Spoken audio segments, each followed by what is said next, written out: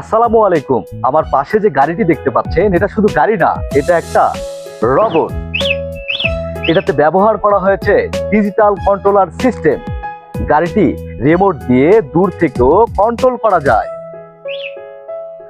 গাড়িটি রিমোট দিয়ে লক থাকা অবস্থায় কেউ যদি জোর করে নিয়ে যাওয়ার চেষ্টা করে, গাড়িটি অটোমেটিক ব্রেক হয়ে যাবে। তবুও চোর যদি কোনোভাবে জোর খাটিয়ে নিয়ে যাওয়ার চেষ্টা করে, গাড়িতে থাকা অটো ডিভাইসের কারণে গাড়িটি অ্যালার্ম দিতে শুরু করবে এবং চারপাশের লোকজনদেরকে জানিয়ে দেবে।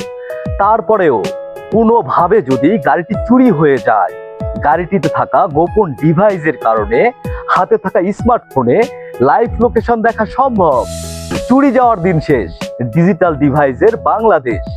বন্ধুরা, গাড়িটি যদি আপনাদের পছন্দ হয়ে থাকে তাহলে আজই চলে আসুন Atapara rail gate, Bismillah automobile and workshop, proprietor Mohammad Saju Islam, অথবা স্ক্রিনে থাকা নাম্বারে যোগাযোগ করতে পারেন। আজই চলে আসুন।